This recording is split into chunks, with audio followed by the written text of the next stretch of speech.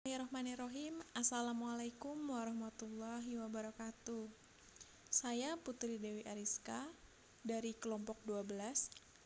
Pada pertemuan kali ini kita akan membahas terkait penyelesaian sengketa kontrak.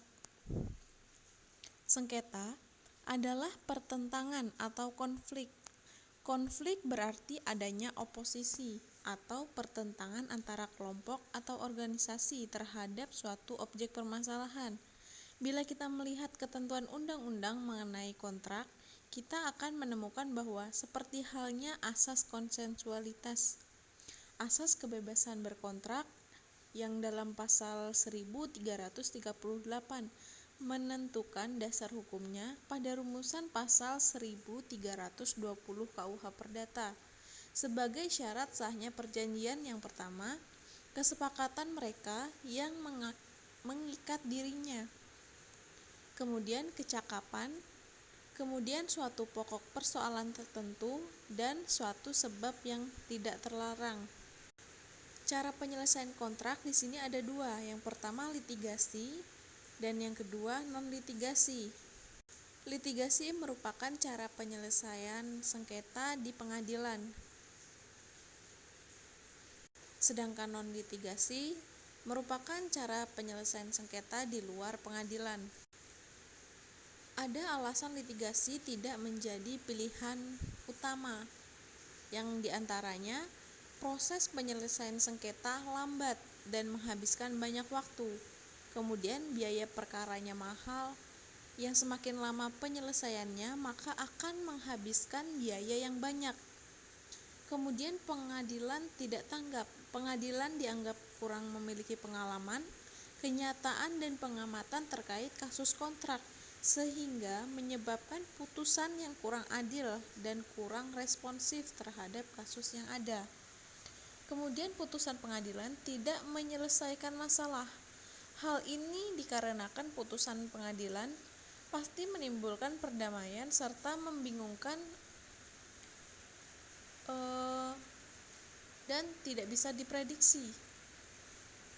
Kemudian sidang pengadilan di pengadilan negeri dilakukan secara terbuka, padahal di sisi lain kerahasiaan adalah sesuatu yang diutamakan di dalam kegiatan bisnis.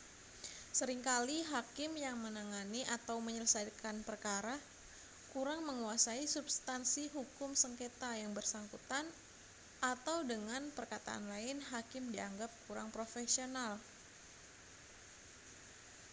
Kemudian ada juga sisi positif litigasi. Yang pertama, dalam mengambil alih keputusan dari para pihak, litigasi sekurang-kurangnya dalam batas tertentu menjamin bahwa kekuasaan tidak dapat mempengaruhi hasil dan dapat menjamin ketentraman sosial.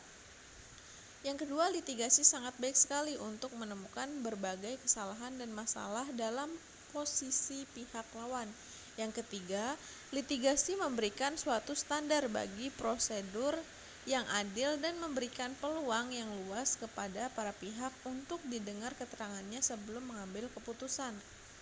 Kemudian yang keempat, litigasi membawa nilai-nilai masyarakat untuk penyelesaian sengketa pribadi. Dan yang terakhir, dalam sistem litigasi, para hakim menerapkan nilai-nilai masyarakat yang terkandung dalam hukum untuk menyelesaikan sengketa. Untuk penyelesaian sengketa kontrak di luar pengadilan atau non-litigasi, yang paling efektif, mudah, dan sederhana yaitu penyelesaian sengketa yang dilakukan sendiri oleh pihak yang bersengketa tersebut. Cara lain yang dapat ditempuh yaitu penyelesaian dapat melalui forum atau lembaga yang tugasnya menyelesaikan sengketa dalam masyarakat. Forum atau lembaga resmi yang disediakan oleh negara adalah pengadilan, sedangkan yang disediakan oleh lembaga swasta adalah lembaga yang disebut arbitrase. Penyelesaian sengketa di luar pengadilan sering disebut dengan Alternative Dispute Resolution atau ADR, atau dalam istilah bahasa Indonesia disebut alternatif penyelesaian sengketa. Proses di luar pengadilan menghasilkan kesepakatan yang bersifat win-win solution. Kerahasiaan para pihak terjamin, bebas dan dari hal-hal prosedural dan administratif, menyelesaikan masalah secara komprehensif dalam kebersamaan, dan tetap menjaga hubungan baik. Kemudian faktor yang menempatkan dengan berbagai keunggulan.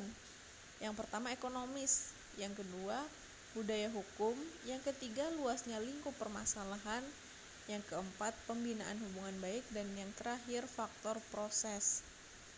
Lalu mengacu ketentuan pasal 1 ayat 10 Undang-Undang Nomor 30 Tahun 1999, bentuk-bentuk dari cara penyelesaian sengketa melalui ADR itu dibagi menjadi 5 cara. Yang pertama konsultasi, yaitu tindakan yang bersifat personal antara satu pihak yang disebut klien dengan pihak lain yang disebut konsultan. Misalnya konsultan hukum, pihak klien meminta bantuan berupa saran atau nasihat berkaitan dengan penyelesaian sengketa yang terjadi, dan konsultan memberikan pendapatnya sesuai dengan kepentingan atau kebutuhan klien. Yang kedua, negosiasi, yang berarti perundingan. Sedangkan orang yang mengadakan perundingan disebut dengan negosiator. Negosiasi adalah suatu upaya penyelesaian sengketa pihak tanpa melalui proses peradilan, dengan tujuan untuk mencapai kesepakatan bersama atas dasar kerjasama yang lebih harmonis dan kreatif. Kemudian yang ketiga, mediasi, merupakan penyelesaian sengketa dengan bantuan pihak ketiga, yaitu mediator, sebagai pihak penengah yang netral atau tidak memihak, yang turut aktif memberikan bimbingan atau arahan guna mencapai penyelesaian, namun tidak berfungsi sebagai hakim yang berwenang mengambil keputusan.